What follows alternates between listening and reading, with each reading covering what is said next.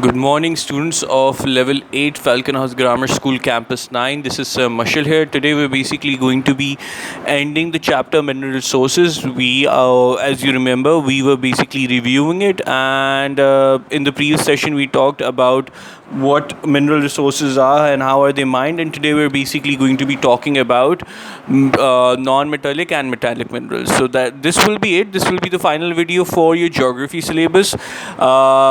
Inshallah, in the next video we're basically going to be reviewing the history syllabus. Okay, so let's quickly jump on to the page that we have to basically look at. In this video we're basically going to be talking about metallic and non-metallic minerals. Now remember one thing, students.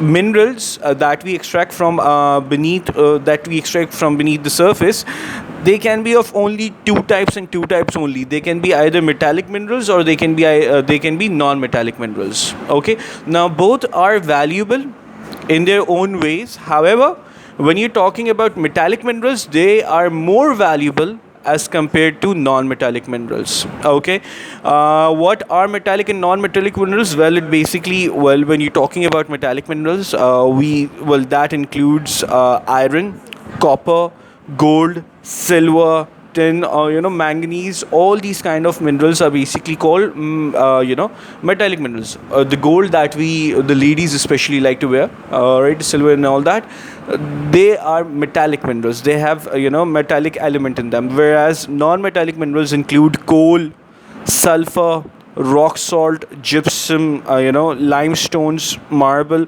All of these minerals are called non-metallic minerals. They do not have any metallic element in them. Okay, so comparatively metallic minerals are more expensive. They're more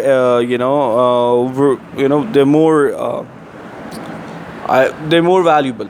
Okay, so one of the things that you need to differentiate, one of the things that basically differentiates between metallic and non-metallic minerals is that most of the metallic minerals are basically, when they're extracted and when they are in their rawest form, they are basically they basically have an ore attached to it. Now ore is basically what you can say is basically a cover of an element of the metallic animal, which is basically not useful at all. It is just there, it is just attached to it.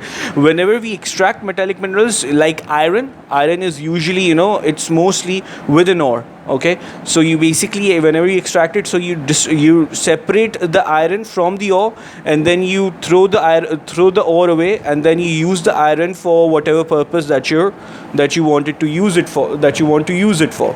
Okay.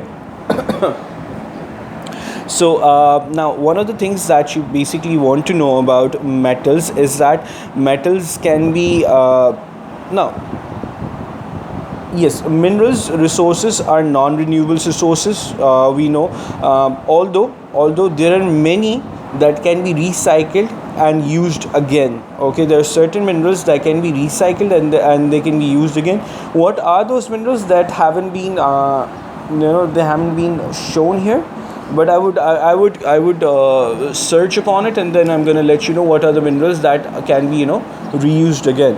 Now when you look at the picture here down, it's figure 5.3. It basically shows the process of making cement. There are three processes of it. The first one is when raw materials are basically crushed, grounded and mixed together, and then the second process is when they're heated.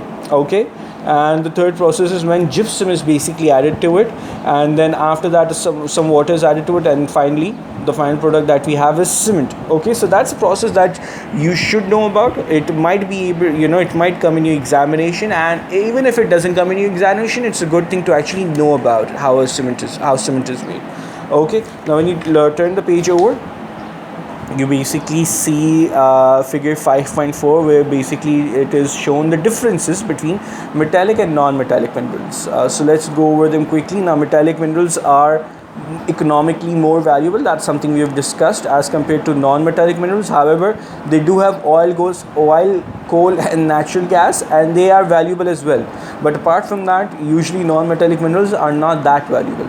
When you talk about metallic minerals, they're generally hard, tough and shiny, whereas non-metallic minerals are usually soft, rough, and they may not shine. Metallic minerals can change shape without breaking. You can basically melt gold, melt silver, you can melt metal, whereas non-metallic minerals you cannot break, you cannot change the shape without breaking them. Okay, metallic minerals can be stretched or compressed, whereas non-metallic minerals cannot be stretched or compressed, except natural gas, which can be compressed into liquid by condensation. Okay, metallic minerals are good conductors of electricity, whereas non-metallic minerals are poor conductors of electricity. And metallic minerals are more reactive with water and acid, whereas non-metallic minerals are less reactive with water and acid, except limestone and salt. Okay, if you remember, iron usually, basically, if you put it in water, it basically corrodes itself. You put other metals in water, it corrodes itself. जंग लग जाता है, if you remember, जो metal को जंग लग जाता है humidity के अंदर, पानी के अंदर, that's usually that is what this means.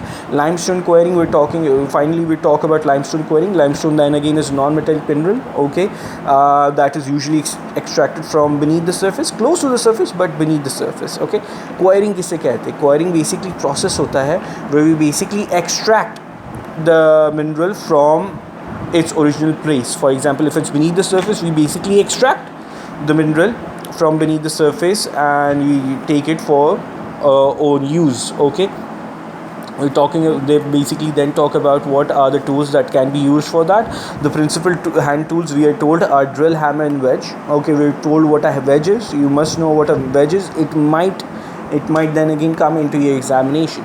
Explain what a wedge is. Okay, a wedge is a solid block of iron that is thick at one end and thin at the other. Okay, it is used to split a lump of rock into two when trying to break up the rock. Okay, so this is it. I hope you've understood everything that I was trying to teach you. It's pretty basic. Then again, if you have any questions, any concerns, you can always get back to me. All right, take care then. Allah Hafiz.